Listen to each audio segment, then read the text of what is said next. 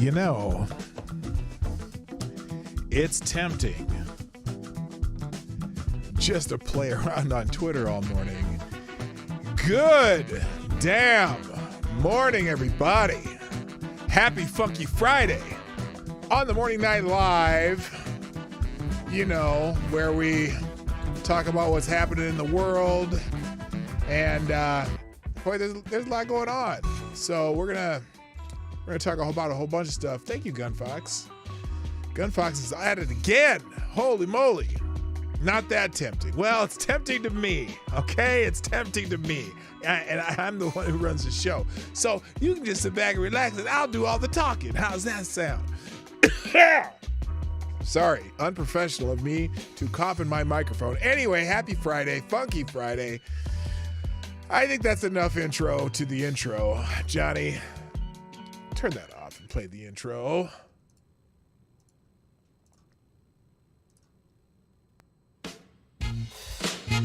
Ladies and gentlemen, coming to you live from the Lucky Dog studio in a hidden location somewhere in the upper Midwest of the United States of America, it's a brother making his own way but with all the wrong opinions. Welcome to the Morning Night Live with your host, the one and only P-Dog Knight.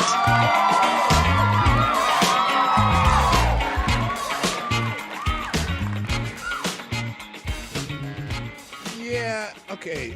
I'm having a little trouble with the my mouse again. Thank you. Good morning, everybody. Welcome to the Morning Night Live. I'm your host, Marty, also known as P-Dog Knight on the internet. And welcome back to the P-Dog Knight channel on this Friday, the 8th of December, 2023. 17 more days until Christmas. 16 shopping days because, well, I don't know. Christmas Eve, shopping day. Yeah, I don't even know. Anyway, I'm glad you're here. Happy that holiday season, whatever holiday season you're trending in your home. I know Christmas is trending in my home. Got the lights up on the house over the the last couple of days because we had a nice day. I had lights on my house, and then I added some more lights yesterday, and it's all festive looking and shit. And I'm excited. So. Thank you for joining me today. First, right off the bat, Mr. Gunfox 61, dropping Hamilton's left or right, the tip jar. You are the new Streamlabs Superstar sponsor of the day. Thank you, Gunfox 61. And accompanying articles with those Hamiltons will be read today on the show. And, another MSNBC article. You're just trying to kill me. I see how you do. I know what you're doing there with that. Just the fact that I see that blue background, I know what's coming. Something where I just got to go, ugh. Anyway. But, yeah, so today is, I call it movie night. Movie night. This was spelled with the last name of my pseudonym here, even though that's not my real name. And it's Funky Friday, so I figured I'd bring the Prince cup because Prince, funky little dude, and we'll do funk for the any more of these. Well, look, for example, Gunfox has. Let me take care of Gunfox's Hamiltons here, and we'll do all three. See, the first one he dropped. And I need funky music though for it, right? So here we go. Here's funky music for Funky Friday. Thank you, Gunfox61, dropping a Hamilton in the tip jar saying, I bet he will get let off the hook again. Oh, that's about Hunter Biden. We'll see. And we'll talk about that. And then the second one, I'll keep the funky music on, says, LOL, she opened her mouth and lost the college 100 milli. I'm glad you put that up there because I got her whining and groveling to the donors, but it's too bad. And then the third one, another Hamilton, House Speaker could, oh no. Anyway, we'll find out what those are all about. Thank you, Gunfox61, for dropping the Hamilton in the tip jar. And let's say good morning, everybody. I think I'm going to leave the funk going for the intros today. First in the chat today on Rumble, Mr. Avocado Stably gets the bell. Thank you, sir. And, of course, a friend, Mr. Jimmy Das Hotel, is in the house. And thank you for joining us over on Rumble.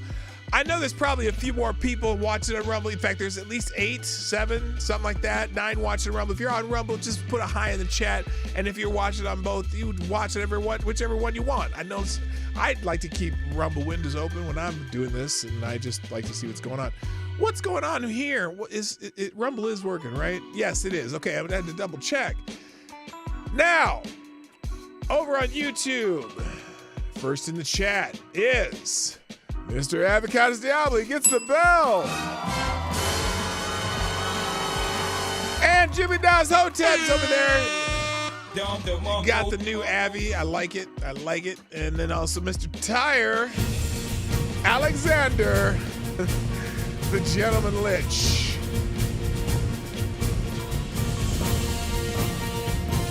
Lich. I'd probably say that right. Also, I notice how all the people with theme songs got here first. Okay. Also, good morning, Gunfox61, of course, our superstar sponsor today so far, and the administrator of the P-Dog Night Discord server. Also, good morning, Tyler F. Grillin' Pirate Pete, thank you for liking and sharing the show. JB's in the house. I see Attack Alpacas here. Good morning. Also, Big Dave, welcome back. Nice to see you. Amazing Disgrace. Also, Scribe Light, Dog Thrapple. And is that everybody? So, Septus Wolf is here. Nice to see you. People will stroll in eventually. I know it's weird how the notifications go out in this. Let's turn that off. It's hard for me to hear because on your end, it turns down. On my end, it's still really loud. So I got to just turn it down and turn my monitor up so I can hear myself talk. Ha! Anyway, Merry Christmas to all the people who celebrate Christmas. It's coming. It's coming soon. Santa's going to be here soon. I'm excited because the baby girl's going to be over for Christmas Eve and going to do Santa at Grandma and Grandpa's house. Excuse me, not Grandma and Grandpa. Mima and Buppa's house because I am Buppa. Buppa, that's the name. In our family, the tradition is the first grandchild names the grandfather. And so my name is Buppa because it's funny because my dad's name was Pokey. And I like Buppa a lot better than Pokey. But, Pokey was a little pokey by then anyway. So by the time, the kids, well, actually my nephew named Pokey. But anyway, Mima and Buppa. So I'm excited about that. Now you can funk focus. Yes, I can funk focus. That's damn right. Okay, so now I was going through the trending topics. There's a lot of them, and I put them in the list today. But I don't know if I'm going to even do those. I have a bunch of little videos here and there, and a couple surprises. And I kind of want to do video today, and I got to make sure I get to Gunfox's articles, which I will. In fact, I will prioritize those. Let's prioritize those down. Let's do the articles first. Let's do because I'm Gunfox coming in with the Hamiltons and being the superstar sponsor today. I'm gonna give you a little superstar privilege. Okay, how's that sound? But oh shoot! But no, I want to wait.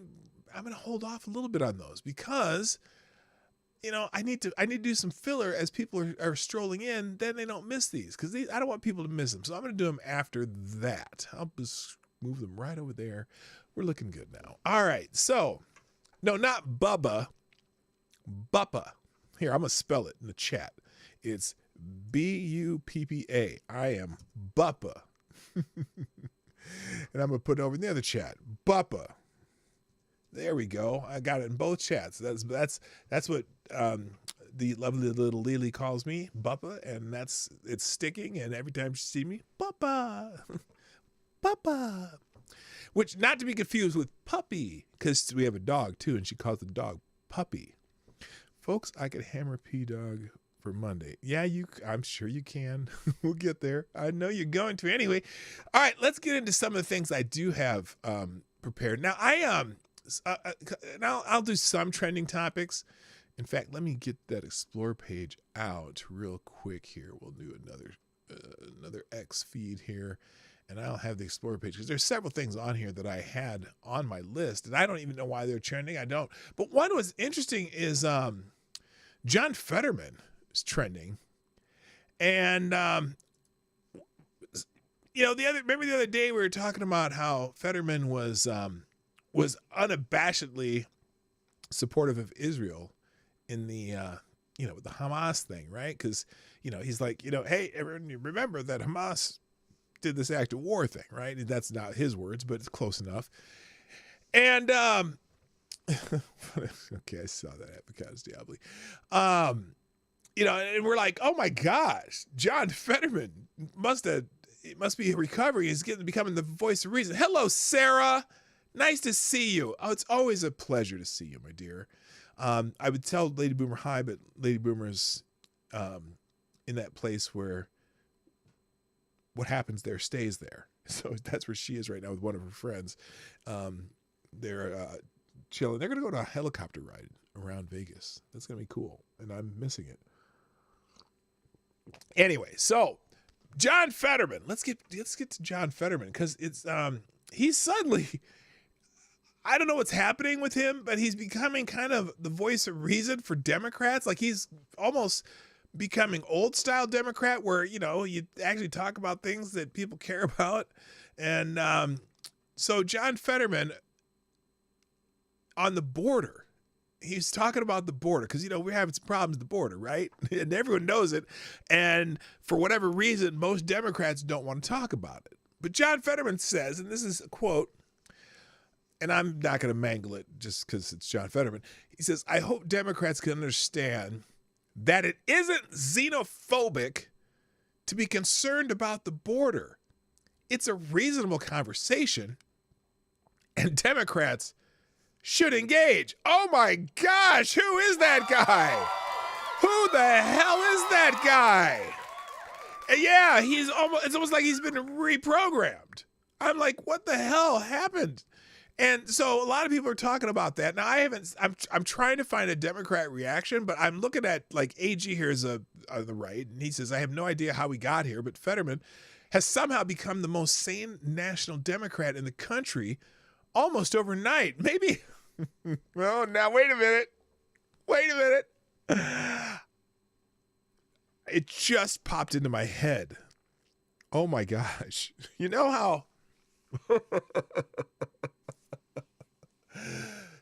how I've been saying for a better of 3 years that Joseph Rahim Biden probably won't do a second term as president of the United States, and I thought he'd be out by last year, but still, I thought, oh my gosh, could it be that John Fetterman's out here saying reasonable shit because Joe Biden's going to drop out and they're going to make Fetterman the nominee for president of the United States? Oh my gosh, President Sweatpants, President Gym Suit, President Hoodie Man, President, I look like I just got out of bed and rolled out and it was cold, so I threw on a sweatshirt. Oh my goodness. Wouldn't that be amazing? Anyway, yeah, so again, Bo Sternly, Senator Fetterman hopes Democrats know it isn't xenophobic to worry about the border.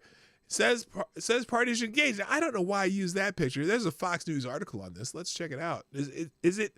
I want to see if there's video of him saying this. That's what I want to know. It doesn't look like they have video of him saying it. But why does Fox do this? Get that crap. Close that crap up there. I don't want that big old. There we go. That's better. So anyway, John Fetterman, Democrat, Pennsylvania, said that he hopes the Democrats know it isn't xenophobic to be worried about the southern border and argued that the Democratic Party should engage in debates about it. And then they say the line again. He told us to Politico. He said it's a reasonable conversation and Democrats should engage. Fetterman cited the nearly 270,000 border encounters in September, according to the outlet, and said it was astonishing. Yeah, we had another record day the other day, 12,001 freaking day. And so Fetterman is like becoming the voice of reason among Democrats. Now, I shouldn't say he's the only one. I mean, we've been watching Eric Adams in New York City starting to say, hey, Mr. President, what are we doing about this? Because we're running out of money, and all of my black peoples are mad at me because I'm giving all the $9,000. What is it, $9,000 a week or a month for each illegal alien that they have housed or whatever? It's insane. It's insane numbers. I'm probably exaggerating that number a little bit, but not by much. So, yeah, this is wild though that John Fetterman is becoming the voice of reason in the Democratic Party. So, that's good. Good for him. Maybe he's finally being able to express himself a little better. All right. Now, before I move on, I do want to do the thank yous. I haven't done that yet. Let's check the notifications here. Thank you real quick to Jimmy Das Hotep tweeting out the show. Thank you. Mastering the Rumble is still retweeting or liking this stuff. It's just Jimmy Das Hotep. How come there's 8 notifications and only a couple people? I don't know. That's weird. But anyway, thank you, Jimmy Das Hotep, for tweeting out the show. That's the only one that is. So, thank you. Appreciate it. Now, but don't let that stop the rest of you from doing it also. By the way, if you want to sponsor the show, the Streamlab links is about to be pinned up on YouTube. Maybe replace pinned message. There we go. And then I'll also put the link in the chat and Rumble. That's where you can become the Streamlabs Superstar Sponsor of the Day. And also, how are we doing on this month so far? I can't even read that. It's too small. Here, maybe I'll look at it over here. Let me check this out.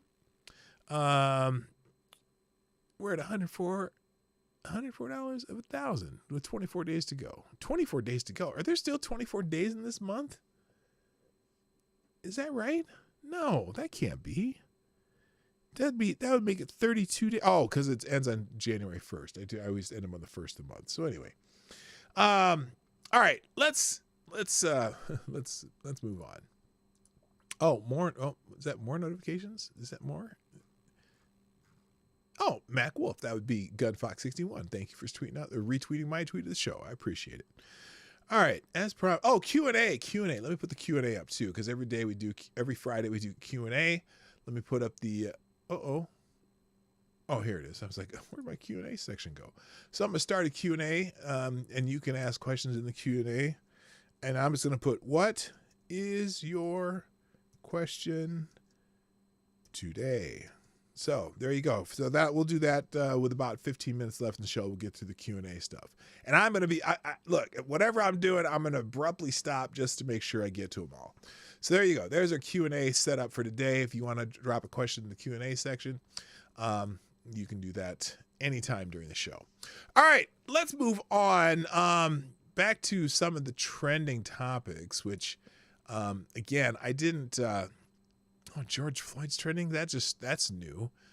Let me think of the ones that I actually was curious about. I was curious about why Barry Weiss was trending. Here, hang on here. Let's see. Why was Barry Weiss trending? Is there another? I'm curious if there was another Twitter files drop that I didn't know about. Let's see. So Barry Weiss, the former, I think she used to be with the New York Times maybe, but she's kind of a middle of the road person. Let's see. Oh Lord, what is this? Recently Barry Weiss put a kill target on Rifat Alia, a Palestinian writer and reporter in Gaza, for daring to joke about the baby in oven hoax. The Israeli regime, whose members follow her every word, have now killed. Oh, come on. Is that what they're really doing? They're blaming her for a reporter that got killed in Israel. Here's Rifat Alar joking about whether or not an Israeli baby burned alive in an oven was cooked with or without baking powder. That's fucked up. I mean, I don't care if you're joking or not. That's harsh. Too soon, I would say. A baby found in an oven, baked to death by Hamas terrorists, leading Israeli first responder Eli Bir recounted. Okay, whatever. And also, let's see. Also at Harvard, fat phobia constitutes violence, but globalize the intifada requires context. Okay, so she's upset with the university professors who who testified the other day. We have a clip from we have an update on that too. If you remember that the university professors at a congressional hearing from Harvard, Brown, and I think MIT, basically stepped on their own dicks if any of them had one, which who knows if they do, even though they're female. But they're blaming her. They're blaming Barry Weiss for this journalist getting killed. And look, I'm sorry. It's a coincidence, sure, but notice here so someone wrote a baby is found in an oven, blah blah blah. Okay, he responds with or without baking powder publicly in a post, and she didn't say anything about going after him. She just wrote, here is Rifat Alarir joking about whether or not an Israeli baby burned alive in an oven was cooked with or without baking powder. Okay. And so then he later tweets, if I get killed by Israeli bombs or my family is harmed, I blame Barry Weiss and her likes. And now he's over there reporting in a war zone and gets killed. And now everyone's blaming Barry Weiss. Good morning, Donkey Punch Bandit and Simon Wolfwood. Nice to see you both. So now people are saying Rafat Alarir was a hero. Barry Weiss has blood on her hands. History will absolve those who stood with Palestine and punish those who do Israel's genocidal bidding. Go fuck yourself. It's a coincidence. But look at all the people. The name Barry Weiss will not pass my attention without me mentioning Rifat Alarir for the rest of my life. It's not her fault. All she pointed out was this asshole said something about if the baby burned alive in an oven was done with baking powder. So all these people, oh my God. And again, if I get killed by Israeli bombs or my family harm, I blame Barry Weiss. Many maniacal Israeli soldiers are already bombing Gaza. Take these lies and smears seriously, and they act upon them. Okay, I'm curious how he died. I want to know how he died. And here, all these people saying he was targeting this person. She was targeting this person. Holy shit. They're blaming her for that. Unbelievable. So that's why she's trending. And it's, oh my gosh, all over the place. The baby in the story was an awful rumor that appeared to have been debunked. Rifat Alarir's comment about it was a joke. Alarir's death is a tragedy. If he was targeted for his views, it's a war crime. Blaming Barry Weiss for his death is anti-Semitic garbage. Well, I don't know if it's anti-Semitic garbage, but it is absolute garbage. All right? Jesus, unbelievable. So anyway, they're blaming her for this guy dying in a journalist dying in a war zone. Or if you want to call him a journalist, who knows? All right. But the other one is this, where she says, at Harvard, fat phobia constitutes violence. Let me see this. This is a clip from Yale University. It is movie day, so we should probably watch movies. So let's do one movie here, right off the bat. Here's the Barry Weiss tweet about fat phobia being violence at. Is this at Yale? Here it is at this is Harvard. Okay, well this is what she's saying. Oh, this is 3 minutes long, and that's. Okay, hang on. Let's see what she posted here. Let's watch this. It's video day. Let's watch video. Okay, it's a few minutes long, but that's okay. It's video day, and we'll react to this. There we go. Full screen. There we go. All right. What you got? Safety first. Safety That's first. the approach taken by university administrators these days. Okay. On campuses across the country, safety this first is the free has been the pass. rationale for silencing speech and firing professors. This practice has birthed a whole new moral framework. Oh yeah, I One that remember that. treats Remember this guy? The guy was the student was chewing him out for something, blaming him for something and I don't believe free speech, blah, blah, blah. Microaggressions as acts of violence. Mm-hmm. It is your job to create a place of comfort and home for the students. But when it comes That's to threats and calls for genocide against the Jews, it's a different story. Not safety first, but anything goes. Yep, that's what it is. Just look at the facts. Last year, Harvard told students in a I mandatory wish I could take the training music session out of here. that using the wrong pronouns for a person constitutes abuse. Look at this line. Harvard tells students using wrong pronouns constitutes abuse. Mandatory Title IX training tells Harvard students undergrads they may be subject to disciplinary proceedings for sizeism, fat phobia, cis heterosexism, and ableism. Cis heterosexism. Holy shit, that's quite the compound combination of of nonsense. Okay, let's finish this. Let's play this again. Sizeism and fat phobia, according to the session, are also attitudes that contribute to an environment that And you can be perpetuates punished at violence. Harvard But for when Harvard's that. president was asked by members of Congress this week in a hearing on campus anti-Semitism if calling for the genocide of Jews constitutes bullying and harassment. It depends on your Here's what she said. context. It can be, depending on the context. Depending In on the 2018, context. you- Oh, fat phobia will get you, if you make a joke about a fat ass, you'll get disciplined. But you call for the death of Jews, it depends on the context. University of Pennsylvania barred law professor Amy Wax from teaching freshmen after she said black students rarely finish in the top half of their graduating class. And was it true or not? I mean, look, some do, but it's pretty rare, okay? And she couldn't achieve no more. Penn has since been trying to sanction Wax for statements the law school says violate its anti-discrimination policies. But when Penn's president was asked if calls for genocide violate college rules, Here we here's go. how she answered. If the speech turns into conduct, it can be And harassment. look at her smiling. I don't understand the smiling, too. The question was, if students are calling for the genocide of Jewish people, is that something you have a disciplinary action for? And she's smiling like, yeah, well, that sounds kind of funny, but I don't think so. It depends on the context. Harassment, yes. I am asking, specifically calling for the genocide of Jews, does that constitute bullying or harassment?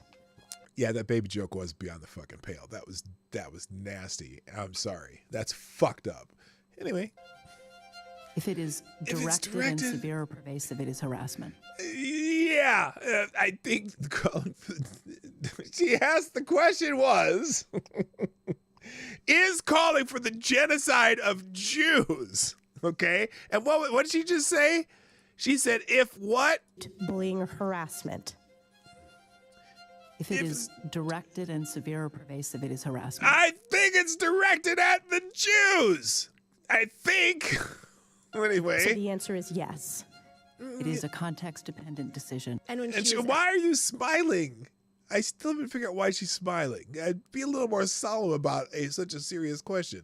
Anyway. asked this, So is your If it- testimony if that it- you will not answer yes? this is what she said. If the speech becomes conduct, it can be I harassment. loved the when she said that and Stefanik. Let's see if they pull out the part that Stefanik says on this. Yes. Conduct meaning committing the act of genocide? Yeah, is that what you mean by conduct? Because if you just talk about it, well, I don't know. It's the context. But if you're actually doing it, well, then we'll discipline you. Holy shit. The speech is There's not an update on harassment. her, too, by the This way. is unacceptable, Ms. McGill. I'm going to give you one more opportunity for the world to see your answer. Does calling for the genocide of Jews By the way- violate By the way, we'll get into the find out part of this. Penn's code of conduct when it comes to bullying and harassment? I wish they turned Yes this or music no? off, though. It can be harassment. It can In be 2021, harassment. It can be. It can be. MIT canceled a major lecture about climate change by scientist Dorian Abbott because a group of graduate students disagreed with his belief that hiring should be based on a person's merit rather than their identity. Yeah, see, now there's some consequence for that. You better not say that the hiring better be done on merit. If MIT won't tolerate unacceptable MIT. views, surely the college's The minister, what is it? Massachusetts Institute of Technology, one of the prominent technological diamonds of universities in the United States of America, and you get in trouble for saying that people should be hired on merit. president would shut down chants of "Long live the Antifada" on our campus. Long live the Intifada. Right? At MIT, does calling for the genocide of Jews Well. violate MIT's code of conduct or Well, rules regarding depends bullying on the and harassment? context. Yes or no? They've targeted at individuals, not making public statements. Yes or no? Calling for the genocide of Jews does not constitute bullying and harassment, I have not heard calling for the genocide for Jews on our campus. but you've heard chants for Intifada. I've heard chants, which can be Intifada. Hello, anti-Semitic depending Justine on the context, Ellison. when calling for the elimination of the Jewish people. So those would not be according to the MIT's code of conduct or rules. That would be investigated as harassment. If Now, let me remind you, and we said this yesterday. I understand why these university presidents are answering this way, because they have to be very careful. They're supposed to be, they're doing it on the basis of free speech, and free speech is important, right? And I agree with that. If that were a consistent position at these private universities, these very expensive, well, wait a minute, MIT is not private. Anyway, at these very expensive hoity-toity universities, if that were a consistent theme throughout their administration, I would buy that. But since they already do crazy shit based on what people say and do disciplinary hearings and can cancel professors from doing their jobs for saying the wrong things, and then you come out here and say, well, long live the Intifada, from the river to the sea, which is Hamas's desire to eliminate all Jews from the land that is Israel or Palestine or Judea or whatever you want to call it. And these university presidents say, oh, well, it just depends on the context. I don't know. Hello, T2. I'll be back. Nice to see you. All right, let's continue this. pervasive and severe. But anti-Semitic speech on campus has already escalated into physical violence. Yes, it Students has. at these campuses have been assaulted, targeted, and harassed. Safety first. But when it comes to the Jews, it all depends on the context. I'm Maya context. Solkin. This is the Free Press. All right, so there's our first video of the day. What do you think, chat? Again, it's the inconsistency by these universities. Now, I said I had an update, so let's go ahead and pull the update up here. Let me see if I can find it. Is this it right here? Oh, let's see. I think this is it. Well, and in fact, this is going to be a tie-in to, this will be tied into one of Gun Fox's articles too. So we'll bring that up too. Let me find, what did I do with this article? Oh, there they are. Okay, there's that. There's that. All right, so let's start here with, wait, why did I pull Ashley Sinclair? But that's not the one I want. I had, they're a different order. What the hell's going on here? Oh, here it is. Okay, here it is. All right. So now one of those well, basically not only one, but this is one of the university presidents that spoke that day, from the University of Pennsylvania, and she's actually the person over here on this on the thumbnail today, because I knew I would be showing this video. We have a video update on the president of University of Pennsylvania, Liz McGill, and something that she has done after that, because I think all of those university professors, after this little incident in the congressional hearing went viral, oh, goodness gracious, all of them began to have some second thoughts. So here is, now this is David Burge, Iowa Hawk Blog. Fun facts: calling for the genocide against Jews, if not delivered to incite a mob to violence, is 100% constitutionally protected speech, only in the sense it cannot be punished by government. You are not the government. You are a cowardly college administrator, and in no way does the First Amendment force you to accept brain-dead neo-Nazis in your student body. I bet you if it was Patriot Front, now granted, they're all feds and shit, but if it was Patriot Front marching to the campus and they were students and there was a University of Pennsylvania chapter of Patriot Front, and they decided to get out in their red shirt and their gray or their khaki pants and their little fake Captain America shields and whatever, and started saying Jews will not replace us or something, I'm sure that they would be sanctioned. But no, not for the long-lived infantada people. But here is Liz McGill groveling, and I'll explain why she's groveling. Is it the same person? I don't know if this. Oh, well, it might not even be the same person. Well, here's Liz McGill. Yeah, it is Liz McGill. Here's Liz McGill groveling after she realized that she stepped her foot as deep into the doo-doo as she possibly could have. Here's Liz McGill. There was a moment during yesterday's congressional There hearing was a on moment, all right. anti-Semitism when I was asked if a call for the genocide of Jewish people on our campus would violate our policies. Yes, it was a great question. In that moment, I was focused on our university's longstanding policies. I was focused on what? Aligned with the U.S. Constitution. Oh, she's invoking the Constitution. Is she going to say that she was talking about free speech? Is she going to pretend there's free speech at the University of Pennsylvania campus? Speech alone is not punishable. Okay. And look, again, this is how it should be, but they have punished speech in the past. And again, this is not the now.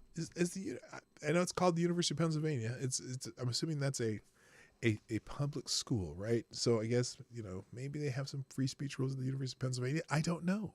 They don't at Harvard. Good luck. Yale. Good luck. So on and so forth. Anyway, let's. I'm gonna let you finish, Liz. I'm gonna let you finish.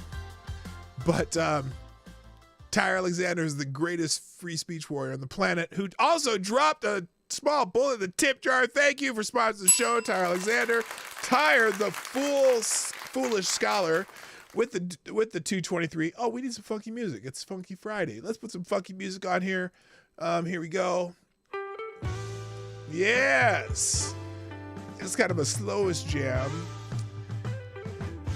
Tyre Alexander with the 223 in the tip jar says, this attack has shined a spotlight on the fucked shit that these colleges are allowing and is pulling the Jews away from the left, as it shows them that the left are fucking monsters with no morals or intelligence. All right.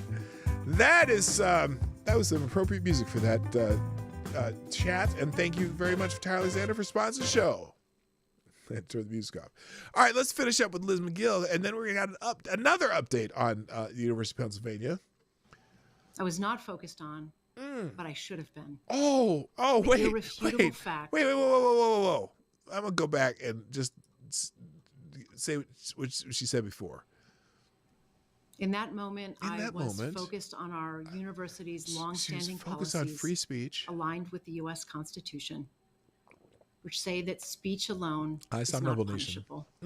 Yes, speech alone. I was not focused on, but I should have been. But it has been punished before. The irrefutable fact that a call for genocide of Jewish people is a call for some of the most terrible violence some donors must have can perpetrate. She must have got some phone calls after that. It's evil, plain and simple. I want to be clear. A call for genocide of Jewish people like is Karine Jean-Pierre? Deeply so.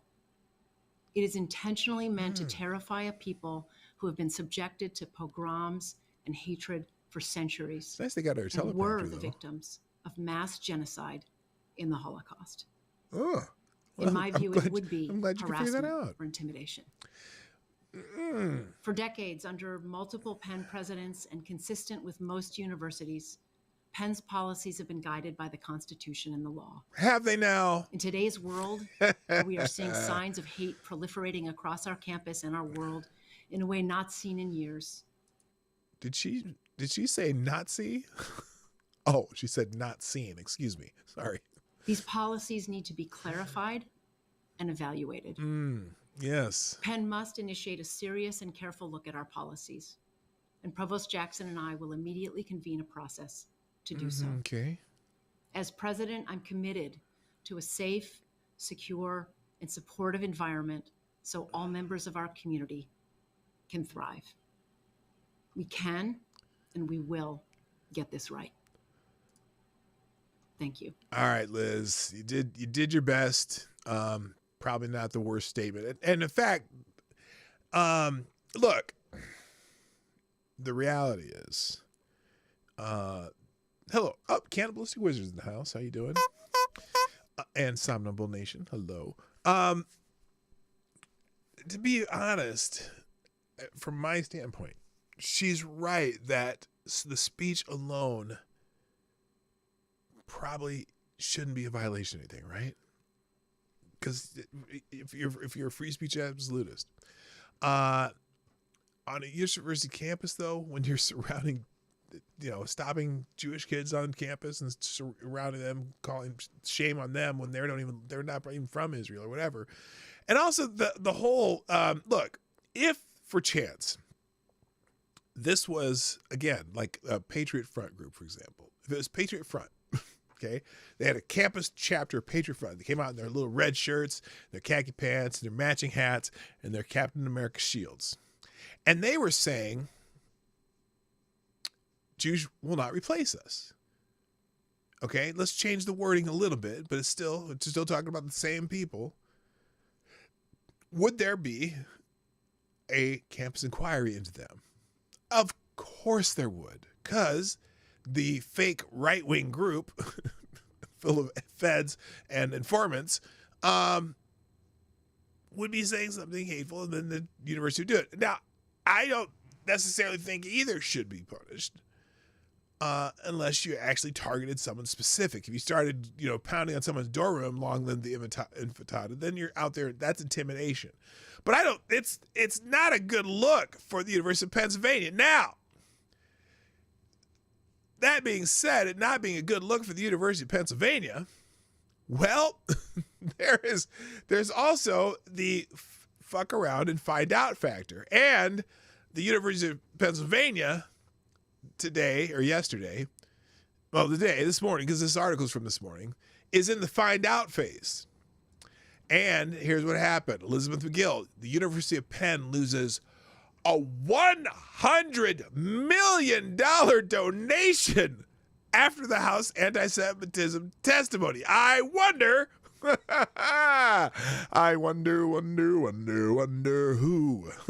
took the money away. A major University of Pennsylvania donor has withdrawn $100 million grant after a controversial appearance in Congress by the school's president. Maybe that's why she decided to put that little address to the university out there. In an email seen by the BBC, not the good kind, Ross Stevens said he was appalled Elizabeth McGill avoided questions about how students calling for the genocide of Jews would be punished. She was grilled by politicians on Tuesday about anti-Semitism on campus. Ms. McGill has since apologized, but her remarks have led to resignation calls.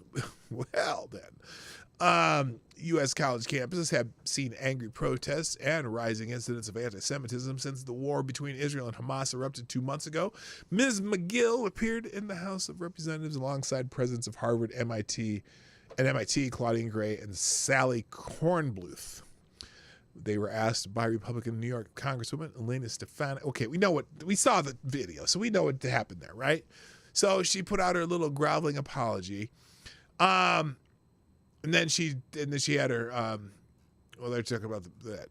The donation in the form of a limited partnership units in Stone Ridge was gifted by Mr. Stevens in 2017 to help Wharton create a finance innovation center. Ms. McGill, in particular, has faced mounting scrutiny as to whether she can continue in her position.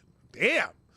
She released a video on the university's website on Thursday apologizing for a response during the hearing, saying that she was focused on the university's long-standing policies aligned with the U.S. Constitution. So I didn't realize she put that statement out yesterday, that long after the hearing. I got a feeling that her phone started ringing immediately after. Good morning, baby Vazo. Any solidarity for another country over America must be suspected and investigated for dual loyalty. This kind of backlash only happens when certain groups are the subject. Well, I think we're seeing a similar action in Ukraine, and maybe you're right. I don't know. I don't know if it's okay, let me ask you something though.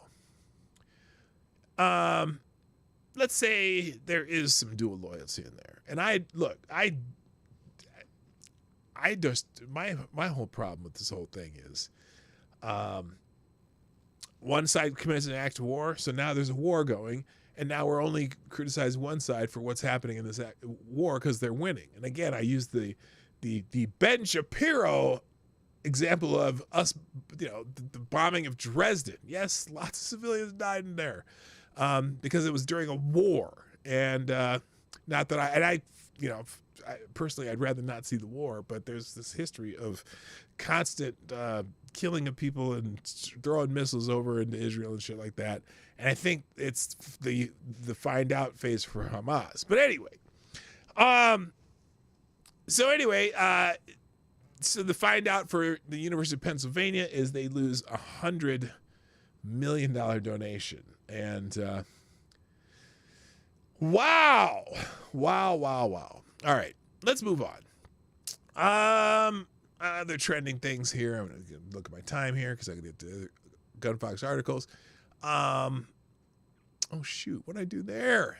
Okay, I still got Barry Weiss. That's good. Okay, someone else is trending this morning that I wanted to see what it was. I didn't look. Hunter Biden, of course, is trending, and he's probably in the top 3, top 5. Let's go ahead and open that Hunter Biden tab. That'll be a good one because that also is related to one of the Gunfox's articles. Let's see here. I got a story that I do got to get to today though, because I was kind of pissed about it when I saw what someone said, and there's been another update on that story too. Here we go. Hunter Biden's trending, and that's because he has been indicted again on some new charges on the tax fraud issue. Let's see here. Let's get this open. God dang it. There we go. Top 10 headlines. Hunter Biden has been indicted in California on 9 charges. The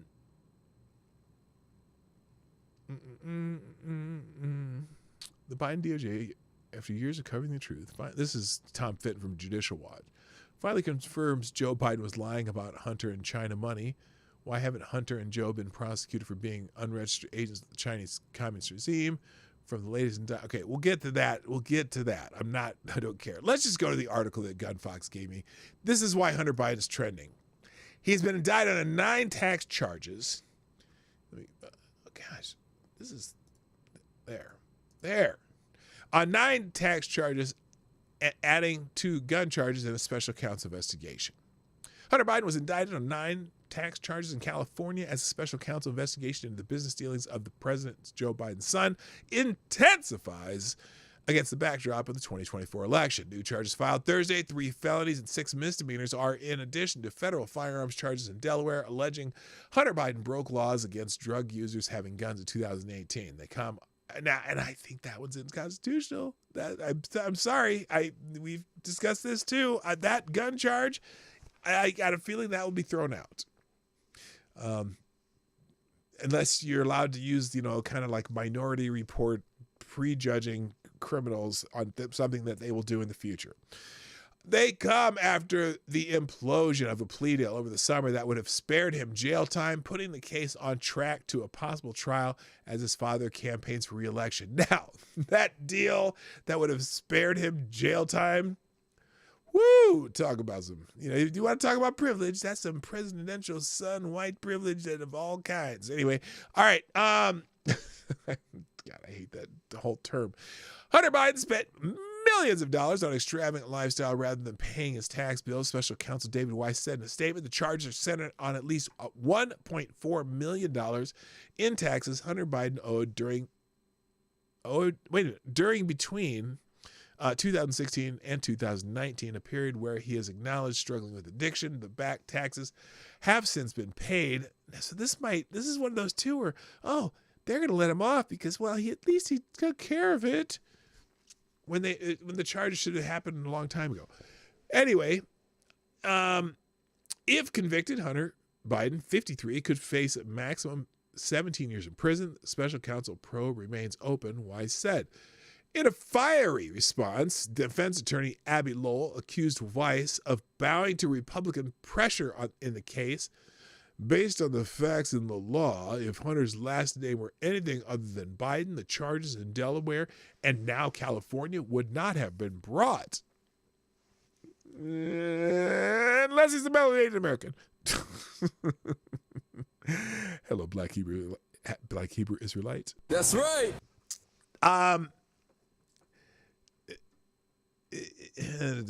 The White House declined to comment on Thursday's indictment, referring questions to the Justice Department or Hunter Biden's personal representatives. The charging documents filed in California, where he lives, detail spending on drugs, strippers, luxury hotels, and exotic cars. Dude. I was going to make a need to party with Hunter Biden joke, but I'm not going to because I don't do any of that stuff and I'm happily married. In short, everything but his taxes, the prosecutor Leo Wise wrote. The indictment comes as congressional Republicans pursue an impeachment inquiry into President Biden, claiming he's engaged in an influence peddling scheme with his son. The House is expected to vote next week on formally authorizing the inquiry. No evidence has emerged so far to prove that Joe Biden... Okay, whose article is this? This is AP. Okay. So, yeah, because they're not giving you evidence yet. No evidence has emerged so far to prove that Joe Biden, in his current or previous office, abused his role or accepted bribes, though questions have arisen about the ethics surrounding the Biden family international business. You mean like how they sent checks directly to Joe Biden after they got paid by China? The second long-running criminal investigation into Hunter Biden had been expected to wind down with the plea deal, where he would have gotten 2 years probation after pleading guilty to a misdemeanor tax charges and avoided prosecution in the gun charge if he stayed out of trouble. But that deal looked too awful, and when the lawyers for Hunter Biden asked during that plea deal, well, if we take this plea deal, is this going to get rid of all that other stuff over there that you're still looking at? And they said no. And he's like, oh, well, then this doesn't make any sense for us to take the plea deal. So anyway, and that agreement, according to this article, was pilloried as a sweetheart deal by Republicans, including former President Donald Trump. Trump is facing his own criminal case. Oh, no shit. I like how they had to wind that one in there, including charges he plotted to overturn the results of the 2020 election. How is that relevant to this article? They just wanted to shoehorn that in there. That's all. That's crazy. Anyway, oh my goodness, they went in depth in this. So let's see. Representative James Comer, Republican from Kentucky, the chairman of the House Oversight Committee, gave credit for the new charges Thursday to two IRS agents who testified before Congress that the Justice Department had mishandled and slow-walked the investigation into the president's son. Justice officials have denied those allegations. Well, let's see. They've had the laptop from hell. How long have they had the laptop from hell? They've had the laptop from hell since, what was it? October? Well, no, not even before that, because the world found out about the laptop from hell in October of 2020. And they had that thing for a very long time. And they that's the whole problem when they suppressed the laptop story that Washington Post, or excuse me, not Washington Post, New York Post. So look, they've had all this information for at least 2 years minimum. No, 3 years minimum. They've had it over 3 years. They've had all this information. And I think they were going to try to let the statute of limitations run out on the tax charges, because this is last minute for the tax charges. They had to get them filed, I think, prior to the end of this year. So, FTG Hunter Biden, that's why he's trending. And thank you, Gun Fox, for that article too. So there you go. All right, let's move on. Nothing will come of it. I don't think so. I don't either. They said nothing will come of it. Sarah did. I agree. It's going to turn into nothing. Look, the gun charge probably should be dropped. You know, I mean, granted, it's a dumb law anyway. He's not a convicted felon. He just and you don't want people on drugs carrying around guns, but he's not been convicted of anything related to that. So, hard to say. Special Canastic, how you doing? What's 4 years? 4 years? POTUS family privilege. Yeah, no doubt. Good morning, Special Emissary 2 over on Rumble. Exactly what Steve Lookner said last night on Agenda Free TV. Which part? Just type it in that chat. All right, let's see. Let's get Gunfox's other article before I move on to the videos of the day, because I want to make sure I get this one in. Oh boy. Well, let's see what this is.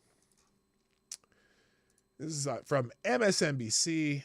House Speaker Mike Johnson could help put Donald Trump back in the White House.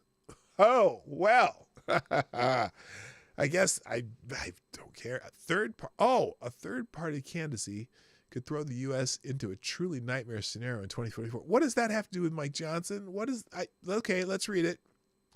And this is, it's written by Simone Sanders. Oh my gosh, if you don't know who Simone Sanders is, she's amazing. She's an amazing, fountain of demagoguery.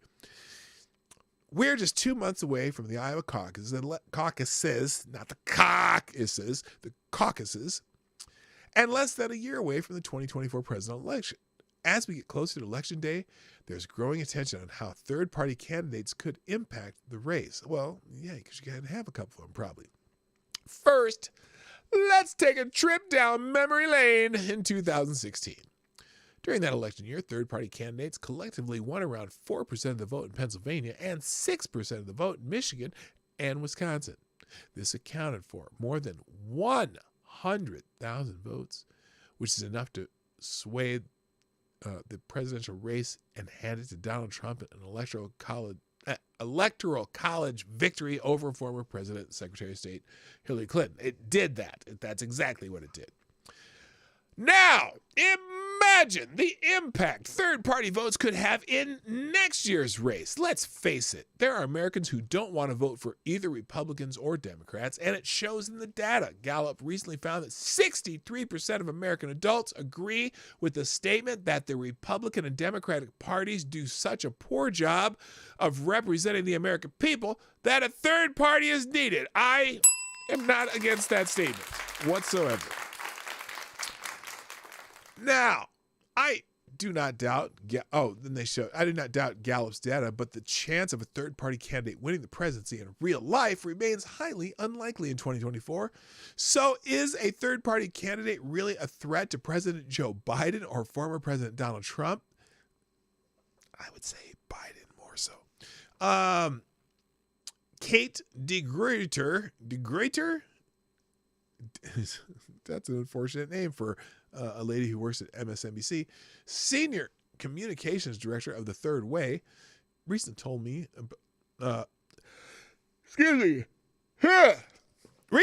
about a strategy that the No Labels movement could use in order for Trump to win.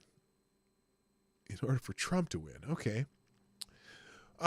What we think their new plan is to try to deny either Biden or Trump a path of 270 votes. If that were to happen, that is likely to trigger the 12th Amendment.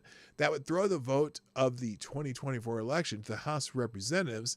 In that crazy scenario, what would happen if the House would vote by delegation right now? Wait a minute. Hold on. Yeah, No Labels movement. Yeah, that's a label. Hold on a minute.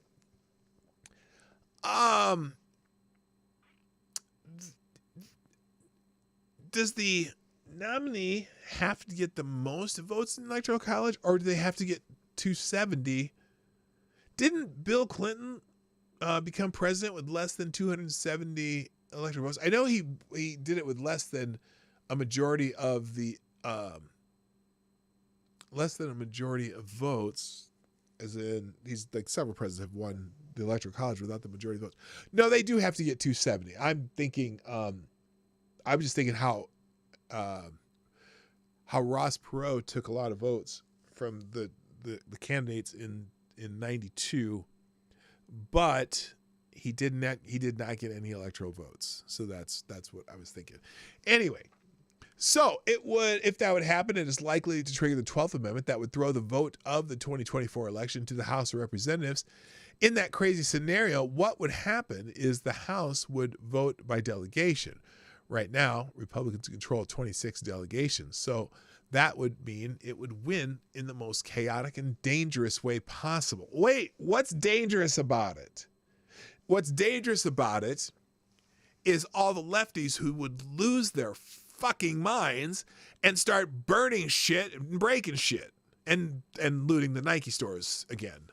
You know what I mean? That's the only thing that would be dangerous about it because that's how it's written. There is a procedure if someone doesn't get 270 electoral college votes. Now, the question would be, though, could any of these third-party candidates actually win an entire state? That's the tougher question.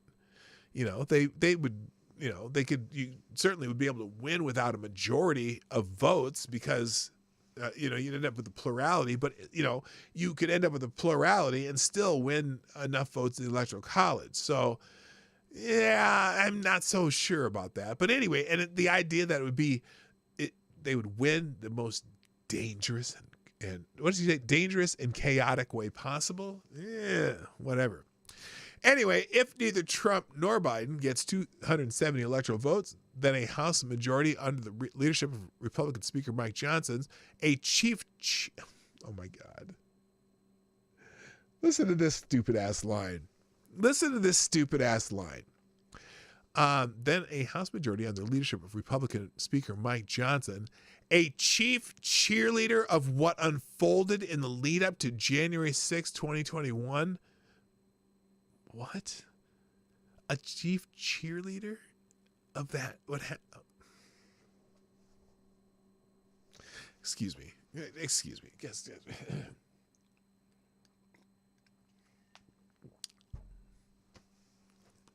A chief cheerleader of what unfolded in the lead up to January 6, 2021 will decide who the next president will be. That's the House of Representatives. And if that scenario unfolds, this House will choose Trump. And the Senate will then decide the vice president. I don't know if is that a requirement? I don't know.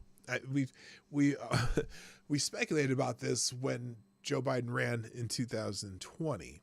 What would happen if he died the day before the election or died before inaugurated? And, would Kamala Harris automatically become president under that scenario? I don't know. I know it is if he dies in office or, is incapacitated in office. There's that, the chain of succession. Succession? I don't know what. Anyway, whatever. All right. In 2024, every member of the House of Representatives is up for re-election. Voters in 11 states will cast ballots for governor, and control of the Senate will be decided. So tell me again how your vote doesn't matter. It absolutely does. Your vote is your choice, is your voice. Next year, do you really want Mike Johnson and his Republican colleagues speaking for you? So there you go. Simone Sanders, ladies and gentlemen, there you go. All right. Thank you, Gun Fox, for dropping some articles. Now, let's, there's a couple things on the internet, on the X machine, before we get into the Q&A today, that I wanted to run by you here. And I might go a little longer today, because I want to, in fact, I'm going to go a little longer today. Now, some of you may have seen this scenario on Twitter or in videos, because it went a little bit viral the other day. So this gentleman, I'm going to go with the original video first. Okay. The original video only gives you a short part of what happened here, but this person named Darvio said, "I'm so angry I can barely type this. This evil, wicked woman enjoyed tasing this man for no reason at all. This is some 1950s sundown town shit.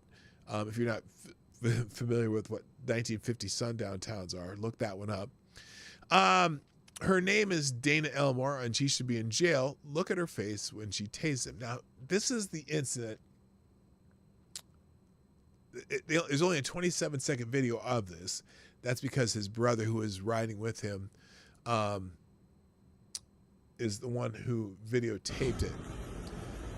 So now, notice where this video starts. Now, the only part that's missing here is he was on the ground handcuffed. She gets him up, and she's going to take him over to the job. It was a woman cop. He's lucky he didn't get shot. I'm just telling you. Yeah, this is so. I'm gonna go through the scenario and how I was dealing with this yesterday, with talking to people about it. Okay, so she pulls him over. Right there on the front of the car. Stay still. I ain't doing shit, but I got gun right there. He's cooperating. Oh yeah. I'm saying, what you saying? Oh, yeah, fuck. I'm not. Oh my God. Fuck up. Okay. Down. Oh my fuck. Oh my God. Oh my God. Okay, now. So she tases him. Then she finds a gun. Oh, well, look at this. Which he said, I had a gun in my pocket. Okay, and she tased him. Doesn't seem like for any reason. Okay. Now, with that little bit of information, there were people on the internet who had opinions, okay? And again, this guy says, I'm so angry I can barely type this, yada, yada, yada. So someone named Ashley Sinclair, do not harass Ashley Sinclair. She's getting fired. She's good, and I know she is. Someone named Ashley, here's what. I guess I do need to read this. He said, I'm so angry I can barely type this. This evil, wicked woman enjoyed tasing this man for no reason at all. This is some 1950 sundown town shit. Look it up. Her name is Dana Elmore, blah, blah, blah. Ashley Sinclair, whoever this is someone on the internet, says, no reason at all. He was resisting. Plus, she told him to shut the fuck up, and he did not. Also, he's a drug trafficker and a felon with a gun. Now, she wrote that based on that video. Okay? And that's not actually what happened. But let me just first address Ashley Sinclair, because no reason at all. Well, because you don't see any. The statement that he was resisting. Where in the video was he resisting? And I asked her to give me a timestamp. She never answered. I also asked her, when did she tell him to shut the fuck up? Prior to tasing him, because he didn't do that either. She told him to shut the fuck up after she tased him for apparently no reason, as far as I'm concerned. But there is a really good update on this. And this is the video that I wanted to show to you. And just we'll get the beginning of it because it gives most of the details that you need to know. So here's an update for those of you who haven't seen this already. This is the update to this thing.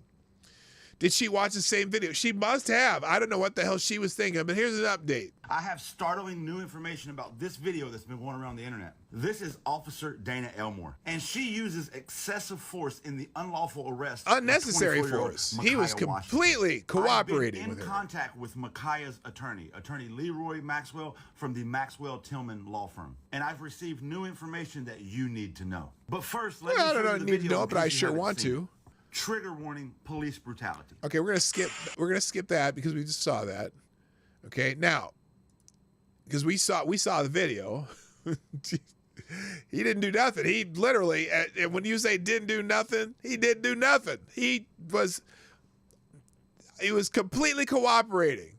Did exactly what she told him to do, leaned on the car, and acknowledged that he had a gun because he had a gun, and he wasn't doing anything wrong with it. He didn't reach for it. Here's more of the update. You want it again? Shut the fuck up. You was big and bad. Shut your bitch ass up. Before I go over what he was charged with, this is crazy. Let me give you the 2 minutes that led up to that video. Here's what was happening. Because the other was, what else is happening before? What happened before this? Okay, We're going to find out what happened before that she did that. Washington was changing his tire on the side of the road. Yes, I know. Ashley St. Clair is a semi-conservative dingbat. She's a dingbat, all right. And I know she's supposed to be on my side, but fuck that. She said something stupid. I'm calling it. Hello, Jason Who, by the way, and Brent Hayes.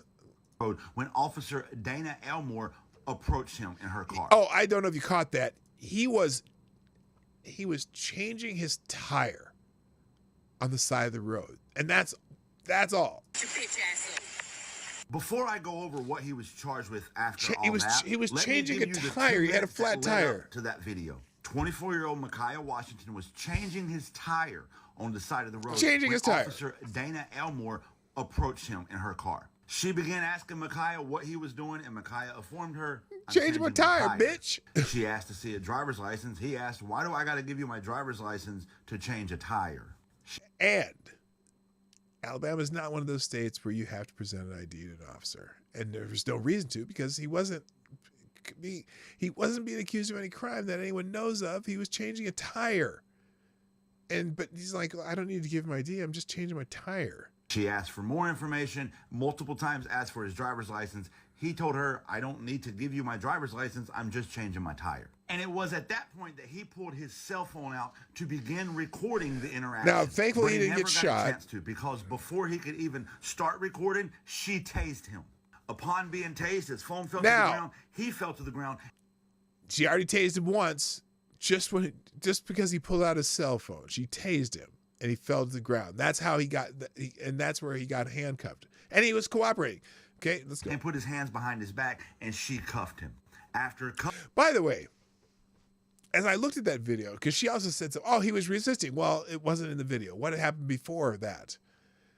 And my 2 cents on that is, let's say he did resist prior to this part of the video that we actually saw, the 27 seconds, right?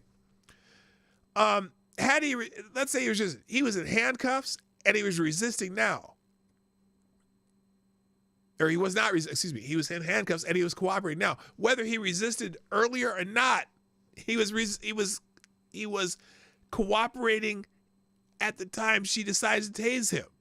She absolutely was cooperating.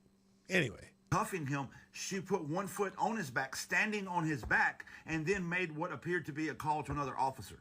At that point, Micaiah's brother started filming, and that's where the video picks up that you watched. Now, it's very important to note that Officer Dana Elmore did not know Micaiah's brother was filming. As you saw in the video, she put him on the hood, went to his pockets, and found a firearm. She didn't like that he was asking questions, and she began tasing him in the back, as you saw in the video. It's also very important to note that the only thing she pulled out of his pocket in that video was a firearm. Because... So now, knowing that, look what they charged him with. Right here, drug trafficking.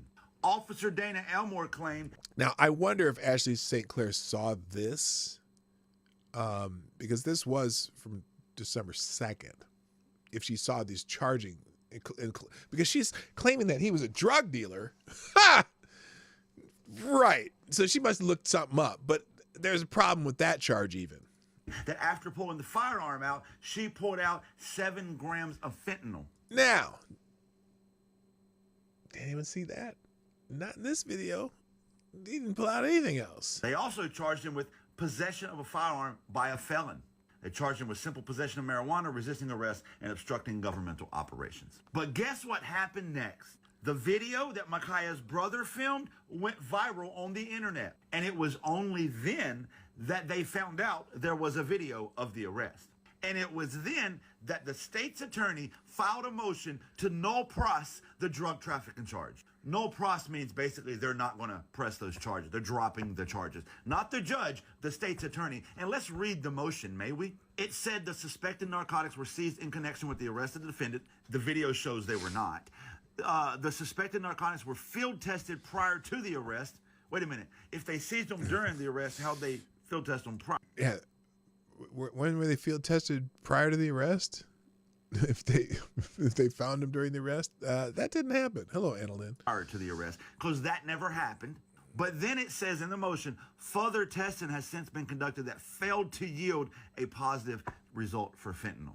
You know what that means? I firmly believe that means they were planning on planting evidence to frame him for drug trafficking. That's my opinion of why they now that is can't speculation. yield a positive We result. don't know and that. because of that, he was under a $500,000 bond.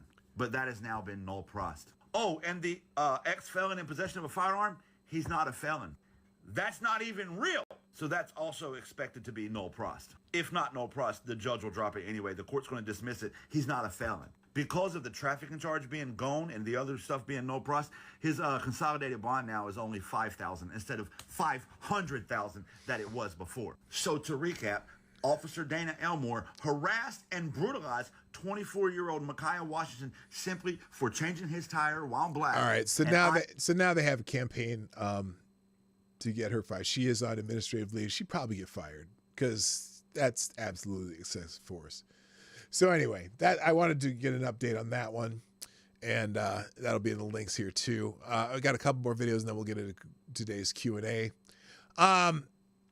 Congress. So in Congress, Dana's a cunt. Bootlicker's gonna lick boots.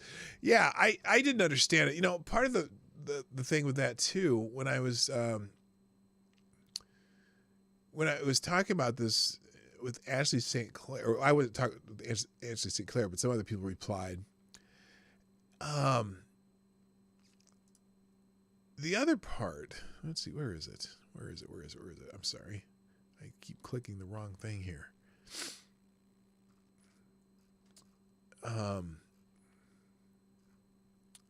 Replies. Hang on a second.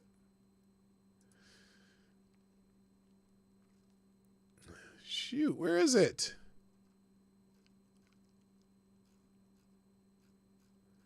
Oh, that's the Pope. I don't want that. Oh, someone was asking, you know, do they have any other video? And again, all the comments were based solely on the original video. And as it was presented, but let's say that prior to this, the guy in handcuffs had resisted. That was clearly over by the time this video, appears, and he was clearly cooperating at that point. And in the addition of any additional use of potentially deadly force, remember, in some states, tasers can be considered using deadly force because people have died by getting, zapped by a taser. It was completely unnecessary. Her job as an officer, is to arrest someone who has broken the law. Okay, which first of all, I don't think he broke any laws. He was changing a tire, and you're not required in that state to show an ID if you're not being arrested. Her job, it would be to bring someone in for judgment and not be the one who punishes them. But she's just like, she decided to punish the guy for not giving him a driver's license when he's changing a tire on the side of the road. So anyway, hopefully all those charges will be dropped and FTG to Dana, whatever the fuck her name is. Now, there's some other links in here, some other videos that I wanted to go through. One was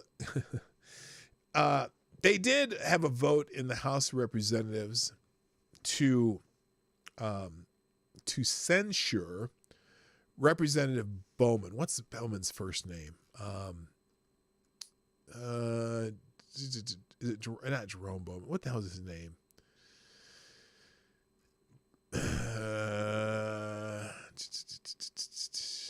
I can't find it. But anyway, Congresswoman Ayanna Pressley decided that she was going to make a speech on the floor of the House in support of Representative Bowman, this is the representative who pulled the fire alarm to Jamal Bowman. Thank you. Pulled the fire alarm to postpone a vote in the House. Remember, he walks down, he walks into the doors, he takes the alarm will sound sign down off the door, and then he pulls the fire alarm, right? So the House of Representatives decided, someone made a resolution to censure him, to basically a formal rebuke of his actions. And I found a really odd speech by Representative Congresswoman Ayanna Pressley, and she decided to put this up on her Twitter feed. And so we're going to go through this because this was, I'm confused about some of her choices here, and we'll just listen to her speech here, speaking at the House Representative. Here's Ayanna Pressley. Mr. Speaker, I rise in strong opposition to the censure of Representative Jamal Bowman. This is yet another predictable but no less wasteful action. Congressman Bowman has taken accountability for his mistake, and even Republicans on the Ethics Committee agree that this is a waste of time. We've got 99 problems, but a functional government of the Republican majority is not one of them. Republicans she are threw a Jay-Z lyric in there. Dysfunctional, discriminating, and a disappointment. Okay, hold up. How is it discriminating?